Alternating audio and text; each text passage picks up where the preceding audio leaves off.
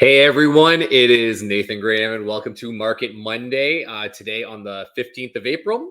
We have a lot of real estate news to get into, so we are just going to dive right into it. So, as everybody probably has heard by now, especially if you follow any realtor, banks held interest rates. They held interest rates again on the last announcement on, was it Thursday or Tuesday? I don't know, last week sometime. Anyways, this was widely expected. I thought maybe there was like a 40% chance that they could potentially decrease. Now, although they didn't decrease this time, what we did hear from the Bank of Canada is leaving the door open to bank cuts in June. We are still predicted to see 3 interest rate cuts coming up. And so that door has been left open. So here is a great article from Zoocasa News just talking about exactly what we're looking for here. Now, remember that the Bank of Canada news that we're talking about, it deals with variable rates and your other debt. Basically, that what we really do focus on is the 5-year fixed rates, mainly in real estate. We're going to talk a little bit about that as well as it comes down to it. So first and foremost, we do see that rates are holding, but the highlight and the great news is everything is on par for the next meeting in June for us to see the first cut, which is expected to be 0.25%. Now, before we talk about the impact on that, I want to share with you something else. This is from Yahoo Finance in combination of what's been going on in the real estate new builds. Home builder stock slides as high mortgage rates stifle April confidence. So, long story short of what we are reading here is because of high interest rates, home building is kind of slowed right down. And this is very problematic. Remember, interest rates might have a blip for 6 months to a year or 2 years. Yet at the end of the day, when we look at the long-term forecast, everything we're running into is a supply and demand issue. And right now, we do not have near enough supply. And the high interest rates are stifling the new building, which means we are not going to get to the higher supply. Now, what is this doing? And now here's one from the Financial Post is move over Vancouver. Toronto is about to steal your hefty home price title, forecast says. Now, in Ontario, we have low inventory combined with high interest rates at the moment. And even though sales last month dropped, we actually saw home prices go up. And we talked a little bit about this in the last video. This is just showing how resilient our real estate market is. And so what we're basically facing here is a combination of 3 things. Number one, interest rates look like we are going to drop in June. That's what all the bets are hedged on. It says about a 75 to 80% chance. Now, we do have our inflation data coming out tomorrow for Canada. And last week, inflation data for the U.S. came out, and it wasn't great for the U.S. They're still seeing higher inflation. We're still seeing higher retail spending down there. This could affect our data. Again, though, I want to go back to the analogy of what we are seeing in our real estate market. This is just like imagine a boiling pot of water with a lid over it, and it's just building and building and building, and it is just getting ready to explode. And what this has done, and unfortunately what this is doing, is the more we delay the market, the more pressure we are building up into that pot. This is very problematic. Just want to quickly Google one thing while we're here. I should have had this article ready. I'm Googling the recent mortgage news because I do want to talk about that as well. Mortgage news in Canada.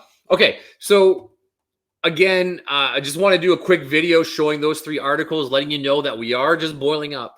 The latest article that I saw was by the end of this year, we're going to match the top of 2022 prices, which is we're only about 5 to 6% off of that, give or take, which means that craziness we saw in 2022, we just steadily got right back up to. That's problematic. That's a lot more expensive housing. When we start to see rates come down, so we'll catch 22 here. If rates come down, our market's going to explode and new building explodes. And that's going to be bad. That's going to be high pressure. A lot of pressure on prices to go up. The reverse happens if rates stay the same. We're not going to be able to build new homes. Eventually, rates are going to come down. And so, without the ability to build new homes, uh, we're just going to have this exact same problem. Now, the reason why I wanted to talk about this, I'll find the article, I'll link it in here, is yes, federally, they've come out with two promises. One, that they want to build just a ton of homes by 2031. Well, unfortunately, that is right now 2 election cycles away. We're promising into a future that that's all this is. This is just a promise. There's really no substance behind it, how they're going to accomplish it. They gave provinces money to build more homes, and yet they haven't all executed that. A recent article came out with Ontario falling behind on new home building. Again, very problematic. And largely because we're not attracting great new jobs here. We're seeing a lot of public service jobs kind of take over, yet a lot of manufacturing, a lot of private sector, a lot of self-employment is lagging way behind. So the question is, even if we do build these homes for current Canadians, well, we still need money to be able to fix it and buy it and everything else. Like there's all these problems that are going on, long story short. So I want to show those 3 articles because it's giving us a future projection into what we're beginning to see. We're beginning to see that pot just boil more and more, the pressure still building up. Now, recently, the federal government also came out and said that they're going to allow 30-year amortizations for first-time home buyers. And unfortunately, that's what most people read, and they got all excited about it. I want to back up. Most people who have 20% down can get 30-year amortizations as it is. Now, the report that came out, though, was 30 per year amortization for new builds only and for first-time home buyers. And I don't know about you, but the last time I drove past the new home construction area, I did not see a lineup of 20 to 35-year-olds just waiting to get in there. The vast majority are investors and people already with money, and that is also what's driving up the home prices. So we are foreseeing a very, very big fall, to be honest. I would highly recommend get that pre-approval and now get into some form of home ownership now. Broken record. I say this for like the last 8 videos. I want to say it's just we're seeing home prices gradually go up, going up faster than expected. And this is still applying a whole bunch of pressure. So please get out there and buy right away. This is your quick Market Monday update video. I'll put all the links in there. Reach out to myself, reach out to your realtor. If you are looking at being a first-time home buyer, look at rent-to-own programs to get into play. Look at help from family. Look at buying a place that you can rent out the basement to afford the upstairs, or look at buying a condo. You can still get condos under $500,000 in Durham region. Or look at moving outside of Durham region. If you look at Belleville, Lindsay, Peterborough, Cobourg, all these places that I do work in, you are still seeing affordable housing out that way. So that could also be the move that you're looking to make.